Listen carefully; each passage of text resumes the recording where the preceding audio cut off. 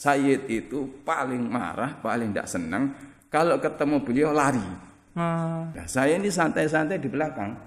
Di belakang itu di dapur santai-santai. Ini tidak pakai baju, tidak pakai apa. Sayyid lewat. Saya takut. Kan karena tidak pakai baju saya. Lari saya. Lari dikejar sama beliau. Tidak ada tempat sembunyi. Saya sembunyi di WC. Tempat kamar mandi. Dipukul WC itu. Pukul. Ayo, akhrut, keluar. Wahnya saya terpaksa keluar tapi tidak pakai baju. Kamu ini kok tamak sama-sama ya lari. Tidak tahu kalau saya ini bapak kamu kan, ya, ayah kamu. Jadi beliau itu istilahnya tarbiyahnya itu bukan dianggap syah, tapi dianggap ayah sendiri. Itu mengapa semua santrinya memanggil Abuya. Memanggil Abuya itu alasannya. Sehingga sangat emosional sekali hubungannya. Iya betul. Baik, assalamualaikum warahmatullahi wabarakatuh. Waalaikumsalam warahmatullahi wabarakatuh. Pemirsa Wargadit yang budiman, bertemu lagi bersama kami dalam acara yang masih belum punya nama ini Kiai. Soalnya kalau dikasih nama podcast, banyak kiai-kiai yang tidak paham podcast itu apa. Termasuk jenengan juga tidak paham ternyata podcast. Benar ya. Tapi poinnya adalah ini semacam mengobati rindu dan kangen dari teman-teman santri yang sudah lama tidak bertatap muka dan mau bertatap muka dihalang-halangi oleh protokol kesehatan. Maka salah satu cara mengobati kangen ya dengan ngobrol-ngobrol seperti ini, disebarluaskan kepada mereka. Itu bagi kiai, bagi santri-santrinya kiai. Dan mungkin teman-teman santri, adik-adik santri yang masih belum belajar langsung, itu juga bisa mengambil manfaat, faedah apa yang bisa dicontoh dari nanti kisah-kisah Kiai Abdillah Mukhtar. Jadi Kiai, gimana kabarnya saat ini Kiai? Assalamualaikum warahmatullahi wabarakatuh. Alhamdulillah kita ketemu di tempat yang mulia ini. Alhamdulillah. Kalau ditanya bagaimana kabar, saya alhamdulillah sehat walafiat. Dan insya Allah lahir sampai batin. Ya semuanya berkah doa panjenengan semuanya, doa para masyayikh, para pendiri, para masyayikh yang ada di pondok sini. Alhamdulillah. Ini mohon maaf Kiai sebelumnya kalau tadi ada kesan kru sedikit ngatur-ngatur cara dekat dengan mic dan penampilan. Karena sebenarnya saya juga diatur-atur oleh sebenarnya mereka semua murid-murid saya juga harus pakai ini macam-macam, padahal di sini panas saya harus pakai jaket lah macam-macam. Ya beginilah kalau sudah masuk ke dunia maya Kiai. Saya pun juga menerima dengan aturan itu. Saya kan maya dhaif itu kalau mayit kayak mayit sebenarnya. Dhaif kalau mayit. Jenengan mondok di mana saja Kiai sebelum di Mekah? Itu saya dulu kira-kira umur berapa ya? Pokoknya saya pertama kali sekolah SD dulu itu saya tamat di SD itu tahun 1973. 73. Itu tamat SD. Okay. Kemudian saya setahun enggak kesana kemari, akhirnya setahun kemudian 74 terus langsung mondok di Kencong As-Sunniyah. Masih masih diasuh beliau almarhum Ki Haji Jauhari Zawawi. Ayah Anda dari Ki Haji Said Jauhari. Ya, saya pertama kali mondok ya di situ sudah. Di samping memang ya walaupun di rumah itu ya adalah kecil-kecilan, jadi saya menimba ilmu sama ayah saya sendiri terutama masalah bidang Al-Qur'annya. Untuk selanjutnya yaitu di Pondok Kencong itu sudah mulai tahun 1974 sampai kemudian kira-kira tahun 1982 akhirnya karena Kiai Sadid yang sekarang mengajar di Kencong itu waktu itu masih belajar di Said Muhammad. Ketika pulang beliau diberi amanat murid satu supaya mengganti beliau ke Said Muhammad itu. Ketepaan kok saya yang kena polong itu tidak tahu. saya juga nggak menyangka, ya juga nggak pernah baca wirid, nggak pernah tirakat gitu kok. Kok kena polong itu gitu. Makan tetap banyak berarti. Makan tetap banyak. Nah, tidur juga nggak kurang. Ya. Akhirnya bagaimana ketika tahun 82 beliau nyampe, akhirnya saya yang ditunjuk untuk sebagai ganti ke Mekah. Datanglah Said Muhammad ke mana? Ke Indonesia. Ketika itu masih di Malang, Jalan Lansep itu ya. Di Indonesia kita sering ke sana, akhirnya ya khidmah, masih diajak kunjungan-kunjungan, pengajian-pengajian kepada beliau itu ya di Surabaya, di mana saya ikuti terus. Mungkin ada 2 minggu atau 1 bulan itu saya mengikuti perjalanan beliau waktu pertama kali saya jumpa beliau di Jalan Lansep itu. Akhirnya beliau pulang, saya disuruh pindah ke Surabaya, tepatnya di Tambak Madu. Di sana ada madrasah dan pondok pesantren yang baru didirikan oleh beliau. Kemudian saya disuruh pindah ke sana untuk membantu. Ketika itu yang di sana yang ditugaskan adalah Kiai Mahfud Syaubari, yang sekarang ada di Pacet itu ya, Kiai Mahfud Syaubari. Berjalan akhirnya kita membantu dan alhamdulillah pesantren tambah maju. Tahun 83 Said Muhammad kunjung lagi ke Indonesia. Kita khidmah lagi, setelah khidmah kemudian baru 83 beliau mau pulang ke Mekah, saya diajak bersama. Satu pesawat sama beliau dan teman saya. Waktu itu ada yang dari Bondowoso, itu dari Gerujukan. Ada Gerujukan Lor Gerujukan itu, nama Ki Haji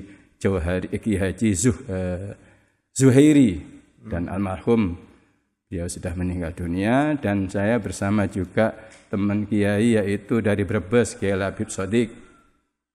Terus kemudian ada perempuan dari mana? Dari Gresik.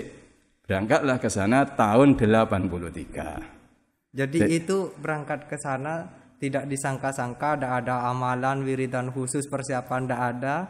Tiba-tiba sampean ditunjuk. Itu kabar yang membahagiakan atau yang mengagetkan? Itu bukan hanya, kedua-duanya itu membahagiakan dan mengagetkan. Saya pun juga tidak tersangka-sangka. Dan lagi yang paling mahal itu kan bersama dengan beliau di satu pesawat. Mungkin Kiai termasuk santri yang alim, istimewa di antara yang lain? Kalau menurut saya sih alimnya juga enggak, itu juga enggak istimewa. Ya karena hanya polong itu saja ya. Apa polong itu? Fadol. Ya fadol. Anugerah. Saya kira hanya itu. Kalau harapan memang dari saya di Kencong itu memang punya alam. Kapan saya bisa mondok ke Mekah, kapan. Itu harapan memang ada. Sudah bisa berbahasa Arab di Kencong dulu gitu. Sedikit banyak karena kita sering ditugaskan ketika ada kursus bahasa Arab, ditugaskan kemana di Jakarta itu pernah mengikuti kursus bahasa Arab. Jadi ngomong-ngomong, Kiai hanya punya ijazah SD, mohon maaf nih. Memang ijazah saya hanya SD dan itu hilang lagi sekarang. Sekarang sudah hilang. Hilang sudah kemarin. Itu tidak bisa. Kemarin ditanya mana ijazah, waduh enggak punya, hilang itu. Iya. Itu susah kalau mau daftar sertifikasi. Waduh, sudah betul itu rupanya. Tapi walaupun hanya ijazah SD dan itu pun sudah hilang, murid-muridnya ini rata-rata sudah S2 gitu. Masya Allah, alhamdulillah. Iya, karena mungkin ijazah itu ya hanya formalitas ya. Yang penting kan bukan itu arahnya. Soal kertas ya. Iya. Tapi juga penting, jangan diremehkan ya. Iya, akhirnya ini mereka enggak mau sekolah nanti. Jadi benar enggak di Rusaifa itu harus minimal 10 tahun, Kiai? Oh ya, dulu waktu kita waktu ke sana itu visanya masih student, masih thalabul ilm waktu itu. Jadi memang sangat mudah sekali untuk mencari visa, apalagi beliau setelah saya tahun 94 mulai sudah tidak ada thalabul ilm. Visa itu tidak ada lagi. Sudah tidak ada lagi. Mungkin sampai sekarang, Kiai. Kalau sekarang apalagi? Sekarang apalagi? Jadi ya apalah kerja atau apa, tapi tetap ditapung oleh beliau Said Muhammad. Jadi waktu pertama kali tidak ada jatah sampai 10 tahun, tidak ada. Karena karena kaitannya dengan mudahnya visa tersebut, sehingga kita pun juga tidak ada target. Maksudnya sekali nanti ada yang pulang dari Mekah menuju, nanti kan gampangnya karena visanya nggak ada, nggak dipersulit. Nah, kira-kira tahun 98 atau 99 mulai ada persulitan apa itu namanya tentang visa. Nah, di situ mulai ada target 10 tahun sudah. Akhirnya apa? Ya harus 10 tahun. Jadi sudah pulang itu karena sudah 10 tahun. Mungkin dalam 10 tahun nyari hubungan dan seterusnya enak, akhirnya diadakan. 10 tahun itu batas minimal al-haddul adna atau al-haddul a'la? Itu al-haddul adna itu. Adna? Iya, itu kalau mau melebihi ya tidak masalah. Beliau angkatan Sati Pentrama, guru kita, ya syekh kita, sama Habib Idrus Al-Idrus dari sampai sekarang itu. Jadi sebenarnya kalau belum 10 tidak boleh keluar gitu. Waktu itu memang begitu, tidak boleh keluar. Termasuk guru kami yang mulia Kiai Hazaim itu kan belum 10. Ya karena ada masalah, karena darurat itu ya darurat, mungkin boleh, apapun yang terjadi istisna itu juga berlaku kan. Pasti ada. Kecuali itu ada ya. Pasti ada kecualinya. dan termasuk itu Kiai Hasan Tirmidzi yang di Bondowoso itu juga karena beliau ayahnya belum Jadi istisna itu, pengecualian itu pasti ada. Jadi Kiai di Mekah itu berapa tahun? Saya berangkat 1983. Pulang ya pas sudah 1993. Berarti pas 10 tahun. Pas 10 tahun. Ya enggak tahu apa termasuk tilka asyaratun kamilah. Sepertinya itu. Iya. Dan pernah saya ketika dapat 6 tahun itu minta izin pulang. Karena ya namanya manusia ya, minta izin pulang. Ya ternyata ada diizini juga. Sudah 6 tahun itu. Ketika dapat apa, Ki? Ketika mendapatkan saya 6 tahun, kan katanya sudah 10 tahun. Iya. Saya 6 tahun minta izin pulang. Ya enggak dikasih pulang, enggak dikasih pulang. Malah dia agak marah itu, belum waktunya kok sudah pulang. Ya sudah, akhirnya saya lanjutkan sampai 10 tahun ya. Kalau benar tidak di Makkah itu semua fasilitas pendidikan itu ditanggung gitu. Memang itulah kehebatan beliau, Masya Allah lah, yang kita tidak bisa menyifati bagaimana beliau mulai dari sosialnya, mulai semuanya santri ditanggung, baik itu fasilitas maupun belajar. Bahkan setiap bulan ada gajian ya. Kalau kita mengatakan gajian ya mungkin itu apa bisyarah atau ya uang apa gitu. Yang penting setiap bulan dapat itu. Pasti itu kita. Pasti gitu. Ya pasti itu dapat. Di samping yang lain-lainnya ya. Bahkan ada yang katakan uang kaget itu. Uang kaget. Uang kaget itu beliau itu kalau pergi keluar negara itu pasti ngasih. Ini namanya uang kaget. Terus pokoknya kalau ada munasabah apa itu saya ngasih uang, karena saking lomannya beliau, saking dermanya beliau itu. Jadi walhasil semuanya ditanggung, mulai dari fasilitas kamarnya, makan, kitab semuanya, baju semuanya ditanggung oleh beliau. Bahkan transportasi pulang pergi Indonesia Mekah semuanya ditanggung beliau. Bahkan pada waktu beliau masih hidup itu dan diteruskan oleh Said Ahmad, yang pulang-pulang masih dikasih uang juga.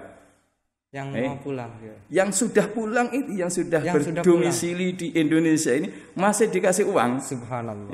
Yaitu. Kalau itu biasanya kalau kita mondok di pondok pesantren Jawa biasanya sowan membawa oleh-oleh, salaman, tempel. Justru kita yang disalami tempel sama beliau. Subhanallah. Tapi memang Sayyid Muhammad itu termasuk keluarga yang kaya ya.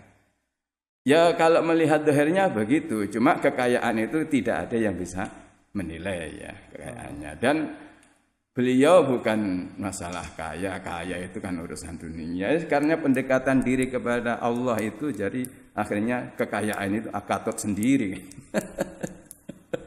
Ya kalau melihat begitu lomannya, begitu sosialnya. Apalagi kalau bulan suci Ramadan itu teman-teman yang ada di luar itu mukimin itu tanggal berapa dipanggil semua, dikasih uang semuanya. Kemudian menanggung guru-guru, menanggung dasar. Kalau melihat secara sepintas kayaknya kan berkurang, tapi justru malah bertambah. Ya, malah bertambah. Itulah keajaiban infak dan sedekah itu kayak begitu itu. Ya. Maka itu kayak salah satu bait kalau tidak salah Al-Mutanabbi apa ya kayak yang bilang la tungkiri atolal wina atolal karimi anil wina. Malah saya tidak hafal ya. Murid saya malah yang hafal ya. Fasailu harbun lil makanil ali. Masya Allah, tabarakallah. Jadi kalau waktu di Mekah itu kayak apakah juga ada semacam ujian kayak di Mahat Ali gitu, kayak evaluasi semesteran gitu kayak? Kalau di sana kayaknya tidak ada itu. Jadi tidak ada evaluasi. Jadi sistem pendidikannya itu ya apa istilahnya? Ngaji hanya gitu saja. Kalau kira-kira tamat ya ditambah kitabnya yang lebih atas. Jadi tidak ada istilah ujian, kemudian nanti dapat ijazah. Nah, tidak ada itu. Ya mungkin pulang hanya nanti beliau itu menulis bahwasanya ini sudah pernah belajar di sini sekian tahun dan berkhidmat di sini, ada itu. Dan saya juga ada tulisan itu. Ketika diminta sama teman-teman sini dulu, kok sekarang saya lihat tidak ada juga itu tulisan itu. Tidak ada. Tidak ada. Saya lihat tidak tahu. Makanya saya cek lagi ini. Ada tulisan tiap tangan beliau. Dan semuanya teman-teman begitu sudah. Setiap tamat dikasih, oh ini bulan ini adalah berkhidmat di sini sekian tahun dan ini waktunya pulang, itu disebutkan di situ. Iya, hanya itu saja sudah. Dan nilainya itu bagi Kiai jauh lebih berharga dari ijazah. Oh iya, itu lebih daripada ijazah. Tidak bisa didapat di mana-mana. Iya betul. Punya kabar kalau di Rusaifa itu santri-santri sudah dibagi ke divisi-divisi tertentu, tugas-tugas gitu Kiai. Iya. Tugas-tugasnya itu katanya ada yang bagian bersih-bersih, piring, nyapu dan macam-macam. Apa itu benar? Kalau benar, Kiai masuk di bagian mana? Ya, itu memang terjadwal ya. Mulai dari bersih-bersih, mulai dari aurat. Jadi baca aurat itu di sana 24 jam. Jadi tidak ada 1 jam, 24 jam, cuma bergilir. Oleh jam sekian sampai jam sekian, orang sekian yang dibaca ini, yang dibaca ini. Sampai masalah kebersihan pun juga dijadwal. Saya bagian nyapu, membersihkan halaman dan membersihkan itu tempat-tempat itu limbah-limbahnya. Kalau orang Jawa mengatakan peceren. Ya itu bagian saya itu. Jadi itu kan di sana jadi burung dara itu kan sangat banyak sekali. Pasti setiap saat itu kotor halaman. Yaitu jadi ada tugas untuk membersihkan seperti itu. Dan kadang-kadang secara bergantian untuk membersihkan mobil. Karena beliau kan anti kotor sudah. Harus bersih semuanya. Baik itu halaman ataupun meja ataupun apalagi baju, itu harus bersih. Jangan sampai sedikit pun kelihatan kotor. Kalau sedikit pun kelihatan kotor, beliau marah-marah. Satu saat musim haji ya. Kalau tidak salah waktu itu saya yang diberi. Kan ada petugas, ada pimpinannya, ada pimpinan haji yang ditugas. Amir haji lah. Amir haji. Atau saya atau senior saya itu, saya lupa itu. Pulang haji karena kita capek ya. Jadi akhirnya barang-barang berantakan di halaman. Beliau tahu, marah-marah ya kita lari-lari karena dimarahi, kena takut jadi dimarahi. Karena apa? Karena saking bencinya terhadap kotor. Jadi harus bersih semuanya. Kaca apa begini, oh ini dimarahi. Kalau debu sedikit itu dimarahi. Tidak melihat ketika banyak tamu ataupun tidak ada tamu, kok tahu itu kotor, langsung dimarah sudah. Tidak mau beliau itu kotor, tidak mau. Jadi itu pengalaman dimarahi. Ada mungkin lainnya lagi Kiai, secara khusus Kiai dimarahi oleh Sayyid? Ya secara khusus ya sering lah. Ya, misalnya apa Kiai? Ya seperti satu saat kalau saya tidak lupa ya. Saya itu sakit. Ini jari-jari saya ini istilahnya orang Jawa itu cantengan. Ya cantengan. Jadi karena saya ini sakit, memegang sampo kan enggak kuat ini karena sakit. Apa ya pura-pura enggak kuat namanya. Susah lah pokoknya. Iya. Akhirnya ketika kan ditanya itu, siapa yang jadwal pembersih? Siapa yang itu ditanya itu beliau, siapa yang membersihkan mobil? Siapa? Ditanya. Kontrol sendiri. Dikontrol, tanya sama petugasnya. Jadi ada pengurus yang tugas keamanan lah kalau di sini. Itu tanya, siapa yang bersih-bersih? Siapa yang tidak bersih-bersih? Saya dilaporkan, Abdillah. Saya dipanggil. Waktu itu karena tidak bersih. Ya karena tempat saya tidak saya bersihkan. Karena saya mau nyapu kan tidak kuat karena tangan saya sakit. Okay. Tempat yang biasa saya bersihkan ternyata tidak saya bersihkan. Otomatis kan ketahuan sama itu petugasnya itu. Akhirnya dilaporkan, Abdillah, Sayyid. Panggil saya, dimarahi. Kenapa? Saya jawab, sakit ya. Ya sudah, hanya itu saja. Kalau beliau marah, apakah esoknya masih ingat gitu? Oh, kalau beliau kan hanya spontan itu saja. Setelah itu ya enggak. Artinya marah sekaligus walaupun ada tamu, tapi selepas itu sudah. Oh iya, sudah. Artinya tidak ada dendam di antara kita. Soalnya ada yang marahnya itu jarang, tapi begitu marah iritnya minta ampun gitu. Ya itu. Kalau beliau enggak itu. Hanya saja kita sendiri yang ketakutan. Jangan dimarahi lagi. Sebenarnya ada masalah itu. Jadi selesai. Ada lagi ini. Ketika itu saya santai-santai di belakang. Jadi santai-santai di belakang. Sayyid itu paling marah, paling tidak senang kalau ketemu beliau lari. Santri kalau lari kalau suka. Papa kok lari, dia paling tidak senang. Kalau kita kan enggak, ketemu sama kita kan malu atau malu, kan lari. Ya. Beliau tidak senang ya. Nah, saya ini santai-santai di belakang. Di belakang itu di dapur santai-santai. Ini tidak pakai baju, tidak pakai apa.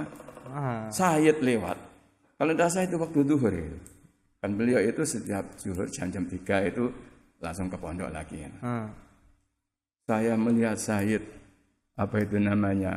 lewat, saya takut. Kan karena enggak pakai baju saya. Lari saya. Lari dikejar sama beliau.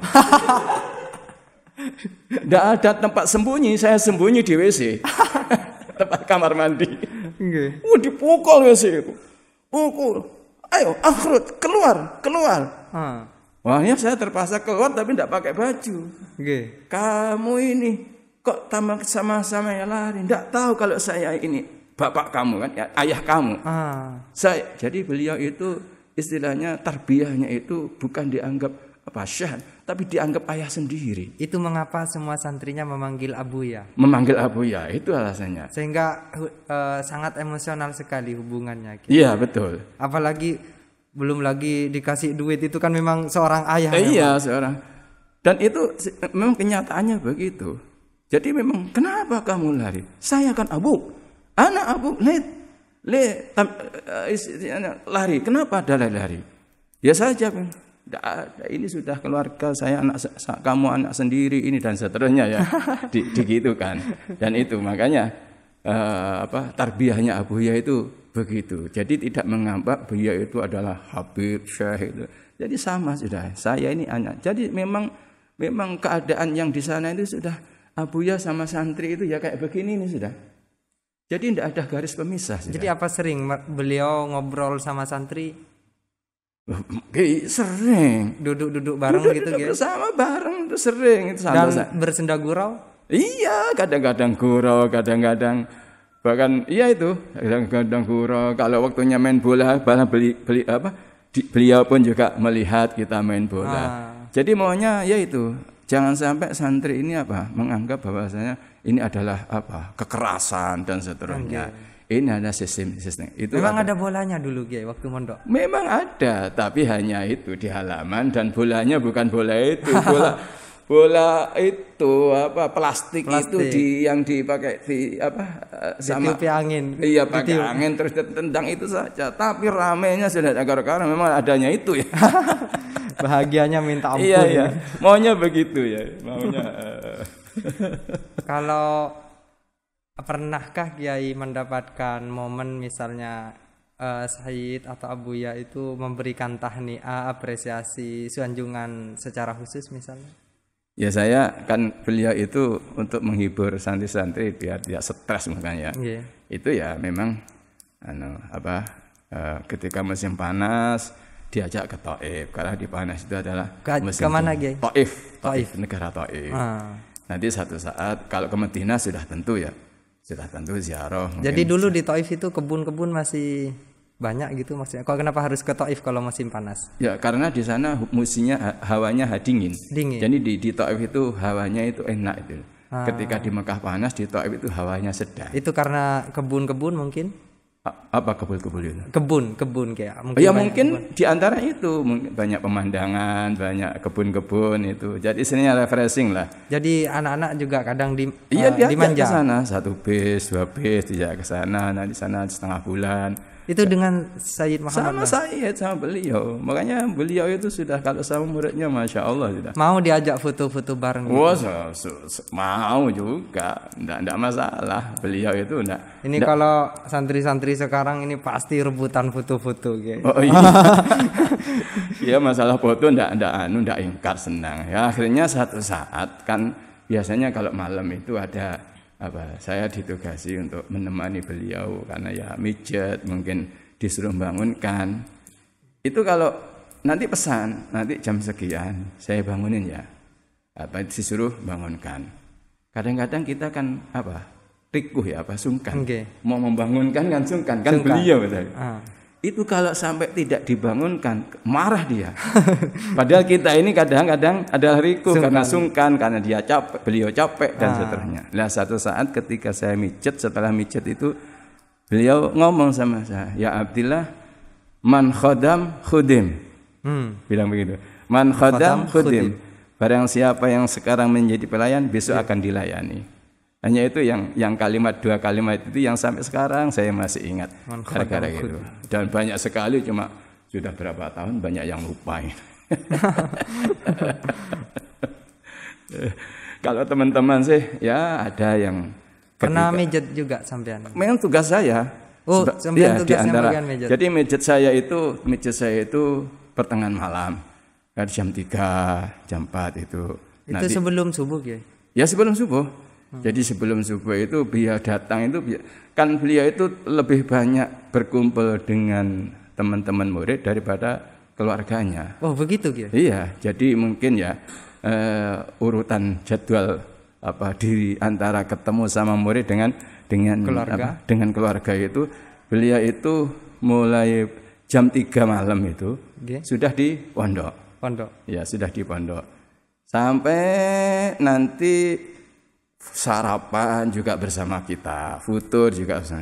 Sampai nanti kira-kira setelah jamaah zuhur, setelah pengajian, setelah ngaji sama teman-teman baru pulang ke Ailah sama keluarganya. Nanti sebelum asar kembali lagi sudah.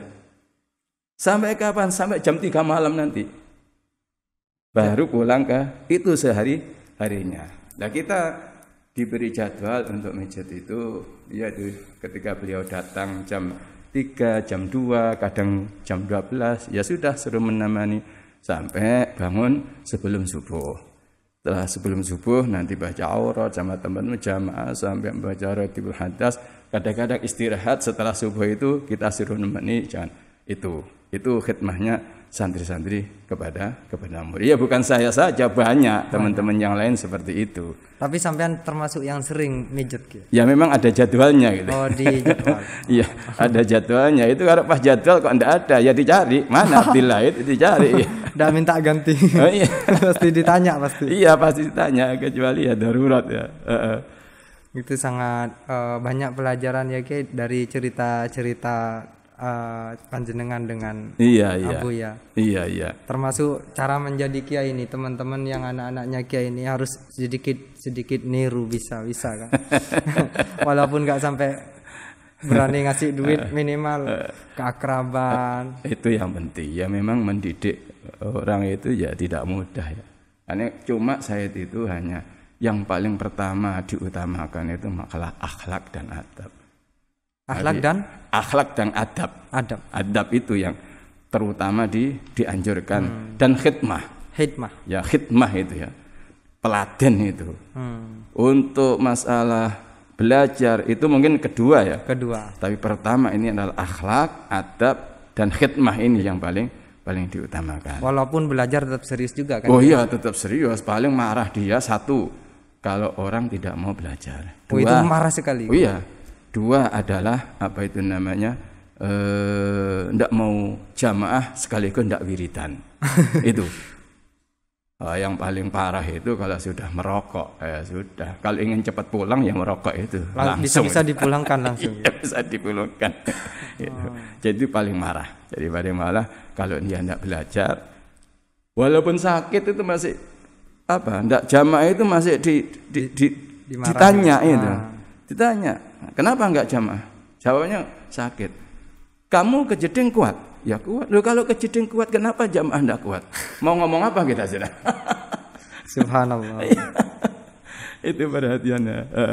Oke, di bagian kedua ini Kiai, dari Mekah kita menyeberang ke Nusantara, tepatnya di Situbondo dan Banyuwangi. Sejak tahun berapa Kiai mengajar di Mahat Ali sini? Dan mengapa mengajar, bukannya Kiai itu bukan alumni sini? Memang syaratnya memang tidak harus alumni ya untuk ngajar, tetapi untuk bertahan selama kayak Kiai itu sudah sangat lama di sini dan bukan alumni, itu apa? Oh gitu. Jadi tahun pertama ngajar? Ya, saya 93 itu pulang. 93 pulang. 93 pulang sekaligus nikah ya. Oh, nikah. Dan saya alhamdulillah akte nikahnya di Mekah. Itu nikah dengan orang mana Kiai? Iya, beda kecamatan lah. Itu ditunangkan atau cari sendiri? Ya saya mau cari gimana, saya di sana. Udah bisa ya Kiai. Yang penting orang tua mengatakan ini, iya sudah. Jadi tapi Kiai memang mau? Ya enggak mau gimana, memang itu yang kita cari. Oh, tapi karena cantik juga Kiai. Ya enggak tahu pokoknya. Iya gitu. Cantik itu kan relatif. Relatif iya, kalau menurut saya cantik, mungkin menurut sampean enggak cantik bisa juga ya. Tapi menurut saya cantik juga. Oh gitu. Ya akhirnya dengan alasan itu mungkin di antara sebab diperbolehkan dan ridho beliau pulang ya di antaranya mungkin nikah itu ya.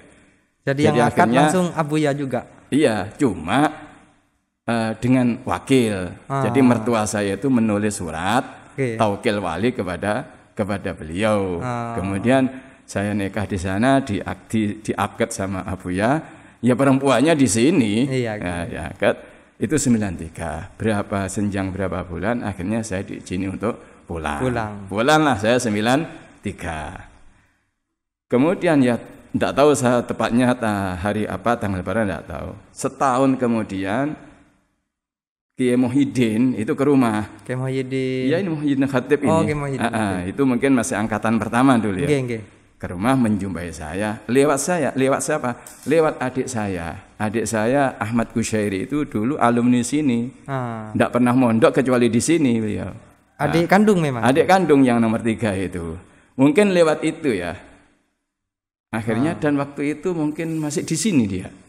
Masih di Mahatama, masih di Sukoharjo. Masih di Sukoharjo. Akhirnya beliau kira-kira 94 ke sana menjumpai saya, terus dimintai tolong untuk ya berkhidmah di pesantren Salafiyah ini. Ya karena khidmah dalam rangka mengajar ya sama apa boleh buat, yang itu memang apa ya di antara yang kita harapkan bagaimana kita ini bisa mengajar dan seterusnya. Ya akhirnya mulai 94 itu saya mengajar di sini. Ya betul sama, padahal saya tidak alumni sini.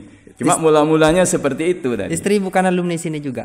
Istri pernah di sini hanya beberapa hari. Oh, hanya beberapa hari. Enggak kerasan.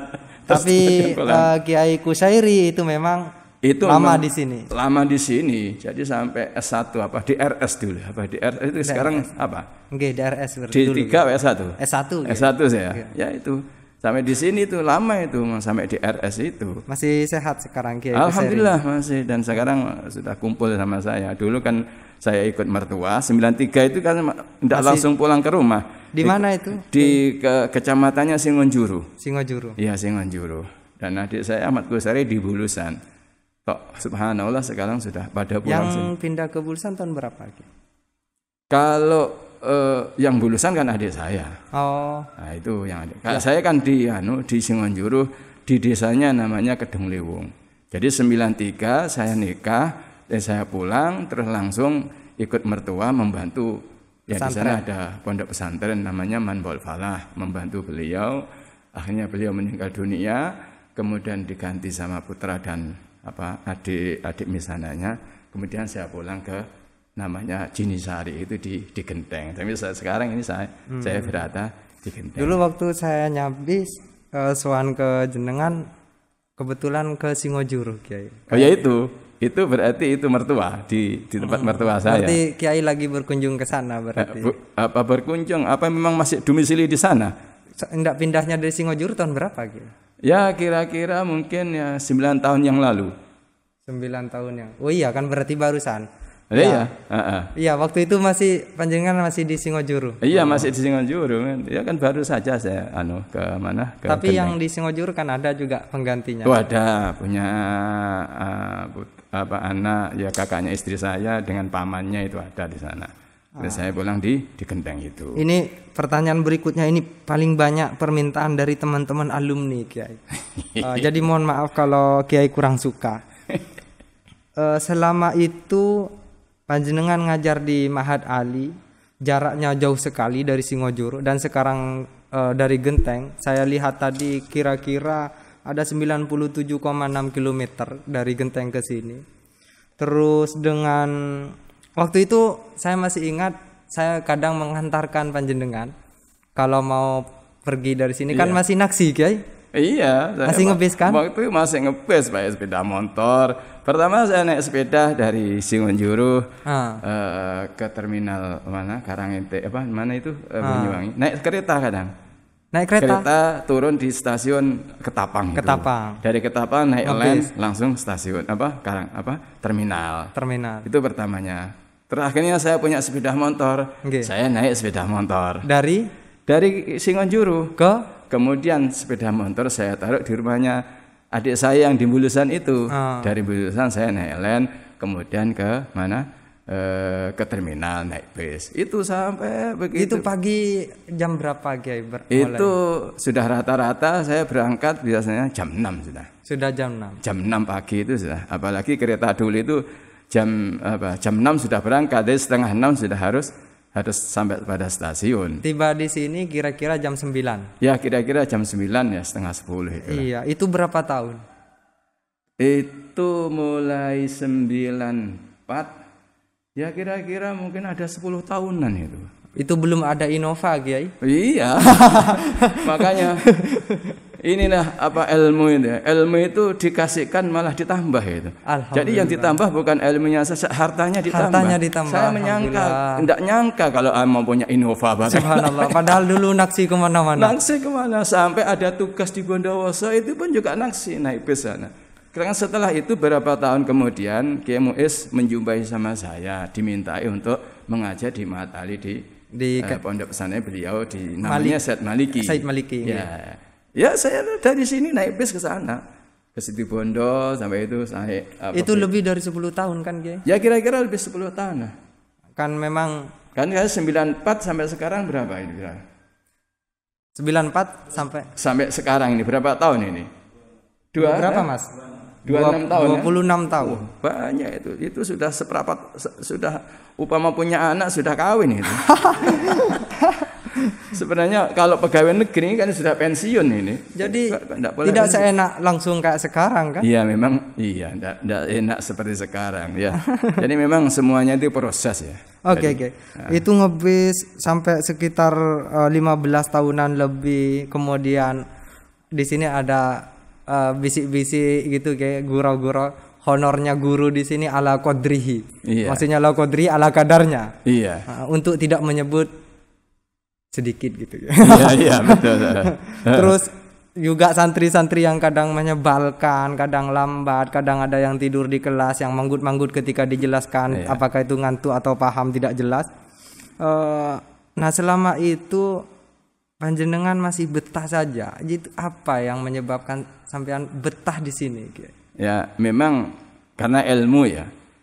Karena ilmu itu tidak harus ada honor. Honor yang penting kita menyebarkan ilmu. Ketika mengajar mereka ngantuk, ya sudah, memang sudah ngantuk mau gimana? Kita tetap ngajar saja. Walaupun kadang-kadang kita menginginkan secara sindiran kan gitu. Nggih. Tapi ya memang sudah apa? Fitrah atau sudah alami begitu itu. Ya sudah kita mengajar. Yang penting niat kita ini adalah untuk menyebarkan ilmu, mengajar kepada ilmu, dan itu amanat dari beliau Sayyid Muhammad. Pulang mengajar. Harus mengajar. Harus mengajar. Jadi pulang harus mengajar, tidak kemudian mengajar kalau ada honornya, kalau tidak ada, enggak. Yang penting pulang mengajar ilmu. Entah itu ada honor dan silahkan, enggak jadi masalah. Sepenting ilmu. Tapi nyatanya setelah kita lihat nyatanya, ya alhamdulillah. Saya kadang kan ngajar juga, kan ada hafalan nih, suruh setoran ke saya. Yang enggak hafal atau tiba-tiba hilang gitu enggak setoran. Ya beberapa kali saya marah-marah, tapi kalau saya ingat panjenengan, ingat ke Dailami gitu, sebenarnya malu sekali gitu kayak. Iya. Jadi kenapa guru-guru saya sangat sabar sekali menghadapi saya yang bandel gitu. Ya, makanya hal-hal yang seperti itu memang sengaja untuk dinamakan biar ditirukan, biar marahnya saja yang dinampakkan. Ya, jadi yang penting menyampaikan perkara dia paham tidak paham apa katanya Allah saja. Yang penting kita sudah menyampaikan paham dan tidaknya kan, ngantuk dan tidaknya apa katanya sana kan itu. Dulu masih sempat panjenengan itu jaga ujian. Saya masih sangat ingat sekali. Waktu itu saya di ruangan yang kebetulan sampean pengawas ujian. Jadi ada kan itu tidak boleh bawa contekan, kitab dan buku. Tiba-tiba mungkin karena khawatir sampean gerak-gerik ke sana kemari, ada salah satu peserta, saya lupa namanya itu, guys. Jangan disebutlah nanti jadi wibah. Itu tiba-tiba jatuh kitabnya. Jedas. Saya pertama kali yang saya lihat bukan kitabnya siapa yang jatuh, tetapi saya ingin melihat bagaimana reaksi sampean. Ternyata reaksi Kiai itu hanya mesem-mesem dikit, karena mesem-mesem dikit ada salah satu santri kan memang biasa waktu sampean kelas sampean selalu pakai bahasa Arab kan. Iya. Mungkin karena keterbatasan kosakata, tapi entah itu benar atau tidak. Itu langsung tanya yang tidak bawa kitab. Mada sakoto ya akhi gitu. Apa sih kekor jecong? Waktu itu kita makin senyum-senyum itu. Ya itulah, ya itu hal-hal yang kali ternyata kita rasakan justru nikmat itu ya. Oh ternyata teman-teman ini begini ya. Tapi yang jelas itu bukan saya yang bawa kitab ya. Oh iya, walaupun ngaku enggak apa-apa. Saya hanya memanjang-manjangkan leher aja ya. Mungkin ini perlu atau kritik ke kami Kiai, yang mungkin ada masukan atau kritikan keras atau marah-marah boleh kepada kami Mahat Ali, atau juga saran atau apa Kiai. Kalau marah sih kalau sekarang mungkin tidak musimnya ya. Tidak musim. Iya. Karena santri kalau dimarahi kemudian boyong biasanya. Wah ini gurunya kok terlalu kejam. Ya mungkin hanya nasihat, mungkin ya motivasi, dorongan itu saja. Yang paling terpenting itu segala sesuatu memang ada proses. Jadi tidak tiba-tiba menjadi orang besar itu. Memang semuanya itu ada proses. Ya proses ini yang harus dilalui. Sedangkan proses itu tidak mulus, pasti ada tantangan itu adalah pasti. Itulah namanya hidup itu. Ya itu. Makanya hanya bisa apa enggak menghadapi tantangan. Kalau enggak bisa enggak lulus. Tapi kalau yang sabar insya Allah lulus. Karena tantangan ini yang harus kita hadapi. Ini justru sebenarnya kalau kita pandang, justru tantangan ini justru menambah himmah kita untuk menempuh pada sesuatu yang kemuliaan tadi. Karena akan mendapat kemuliaan itu kan tidak mulus tiba-tiba begitu. Memang harus ada proses, harus capek dan seterusnya. Bijiddin kullu majdi fahal majdu bila jiddin biwajdi. Kan kalau enggak salah kita ya, bijiddin dengan semangat. La bijiddin bukan karena kekayaan. Wahal majdu bila jiddin biwajdi. Atadah kemuliaan tanpa semangat akan ditemukan, tidak ada semangat. Maka keberhasilan itu tergantung bagaimana semangat pada waktu proses itu. Kalau semangatnya kuat, insya Allah hasilnya juga bagus. Tapi kalau semangatnya lemah, ya hasilnya juga lemah. Jadi tergantung itu. Jadi kayak orang kerja itu ya. Kalau bahasa berat dan tabah sabar menghadapi problem yang ada di masyarakat. Kalau di pondok ya di pondok, itu yang paling terpenting. Iya, itu mungkin kalau dari kiai itu ada bagian tertentu yang susah ditiru kan dari Sayyid Muhammad gitu kan. Maka dari saya sebagai santrinya jenengan itu juga ada bagian yang sangat susah, yaitu ketika mendapati murid kayaknya males-malesan, udah hafalan kadang saya marah-marah gitu. Ya makanya ini kan satu motivasi nih. Ya jangan marah. Oh jangan marah. Gitu. Tapi walaupun marah pun juga enggak apa, namanya manusia kan. Tapi jangan sering gitu. Iya. Namanya manusia ya marah. Ya ada saja marah, tetap aja namanya manusia. Kalau ditanya dahulu kiai punya cita-cita apa gitu? Perasaan saya itu tidak pernah saya punya cita-cita. Memang tidak punya cita-cita. Iya, yang penting saya diperintah oleh orang tua wis belajar ngaji. Entah nanti setelah ngaji jadi apa. Malah orang tua itu bilang kalau sudah pulang nanti ditunjuk menjadi pimpinan yang jangan mau, hanya gitu saja. Tidak tahu alasannya apa. Ditunjuk jadi ini nih. Jangan mau sudah. Hanya begitu saja. Tidak mengkhawatirkan perekonomian?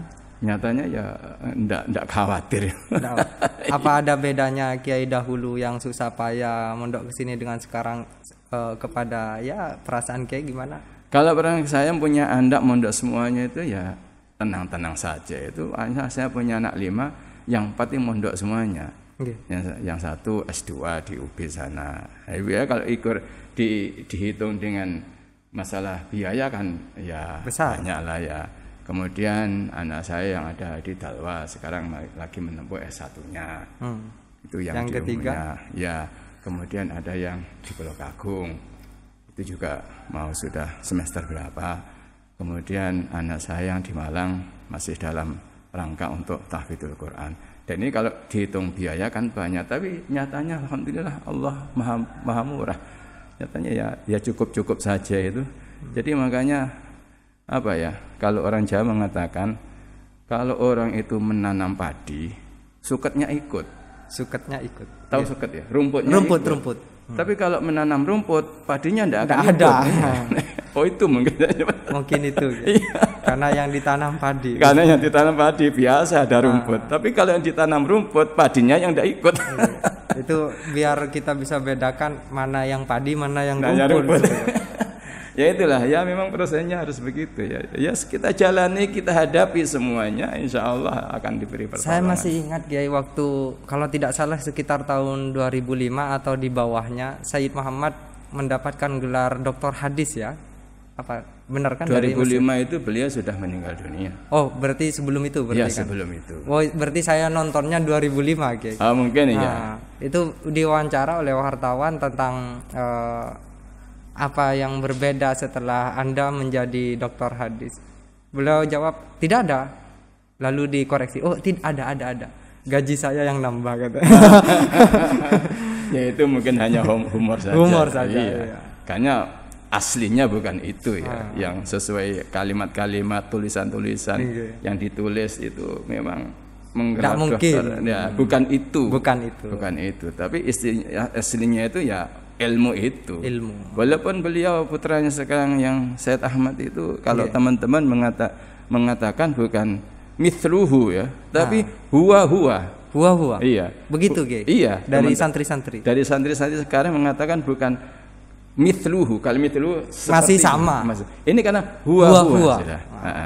Dan itu sudah mendapat gelar dokter ya ternyata ya bukan itu yang dicari ya, karena ini untuk ilmu ini saja, dakwah ini. Ya kalau kita pikir umur sekian sudah dokter itu masya Allah itu karomah dan fadl daripada Allah itu juga pelajaran ke kita itu mungkin atau anak-anak kita ya, walaupun ilmu itu penting ternyata ijazah juga penting gitu kan. Memang guru-guru kita ngajari itu gitu. Iya memang penting karena sudah situasinya kayak begini ya, situasinya kan, makanya jangan ditirukan sama saya ijazah SD saja hilang punya. hilang dan tidak mau ngurus terserah lah. Jadi satu-satunya mungkin yang tak akan hilang itu adalah ijazah-ijazah dari guru itu. Nah, itu yang penting, sanad ini yang penting. Sanadnya Sanad dari guru ke gurunya ini yang tidak boleh hilang. Itu tidak bisa dihargai dengan apapun. Itu yang paling penting itu. Alhamdulillah. Nah, Oke, terima kasih Kiai. Ini mohon maaf juga ganggu waktunya, Kiai. Ini acaranya juga masih belum punya nama, Kiai. Oh ya, iya. Makanya tadi saya bilang namanya acaranya belum punya nama, mau dikasih nama podcast. Apa podcast itu? Kan susah kadang saya jelaskan. Memang saya kemarin bingung ada acara apa? Ya itu apa itu nah. Ternyata di sini belum dijawab juga. Ya sudah. Iya, yang ngasih tahu juga nggak tahu podcast apa. Yang penting program ini berjalan bagus ini. Ya. Ini kan Kiai biar mengobati rasa kangen. Betul. Ada banyak alumni yang minta begini, Kiai. Oh gitu. Jadi ya, masaih pertama-tama mungkin juga nanti akan ustadz senior juga akan dibeginikan. Oh masya Allah, tabarakallah. Oke, terakhir Kiai saya mohon maaf kalau ada kurang santun. Sama-sama. Semoga dengan dalam kesehatan amin. dalam keberkahan. Amin. Dan semoga tidak kapok-kapok terus untuk insya ngajar Allah, di sini. Pokoknya ilmu insya Allah kita. Yang penting alhamdulillah. Saya pun juga minta doa mudah-mudahan sehat. Amin. Lahir dan batin untuk selalu berkhidmah ya. Berkhidmah di sini. Sebenarnya kalau menurut ukurannya sudah waktunya pensiun ya, tapi ternyata tidak di pensiun ini. Memang kalau ngabdi kepada Allah tidak ada pensiunnya. Iya, ternyata saya resapi ternyata pengabdian kepada Allah tidak ada pensiunnya. Ada pensiunnya. Hanya kepada pemerintah yang ada pensiun. Alhamdulillah. Baik, terima kasih pemirsa. Jangan lupa untuk terus mengikuti channel kami. Apaan itu namanya ya? Di subscribe ya, di like, nyalakan lonceng notifikasinya biar tidak ketinggalan dengan video-video kami yang baru. Akan ada banyak masaih yang Anda kenal, yang belum Anda kenal atau Anda belum tahu, dan akan membawa kisah-kisah yang menakjubkan seperti yang baru saja kita saksikan bersama Kiai Haji Abdillah Mukhtar. Nama beliau tadi lupa, aku gak nanya nama, mohon maaf Kiai. Namanya Kiai Haji Abdillah Mukhtar, artinya itu hamba Allah yang terpilih. Beliau banyak terpilih ya, salah satu poinnya adalah tidak punya persiapan khusus, tidak belajar, juga tidak ada cita-cita, tapi akhirnya beliau terpilih untuk sekolah di Mekah. Itu pun diistimewakan dengan satu pesawat bersama yang mulia Abuya. Nah, iya betul. Ya, semoga kita bisa meniru sahabat-sahabat. Kalau bukan semuanya, maka sebagiannya saja. Amin. Baik, assalamualaikum warahmatullahi wabarakatuh. Waalaikumsalam warahmatullahi wabarakatuh. Terima kasih Kiai.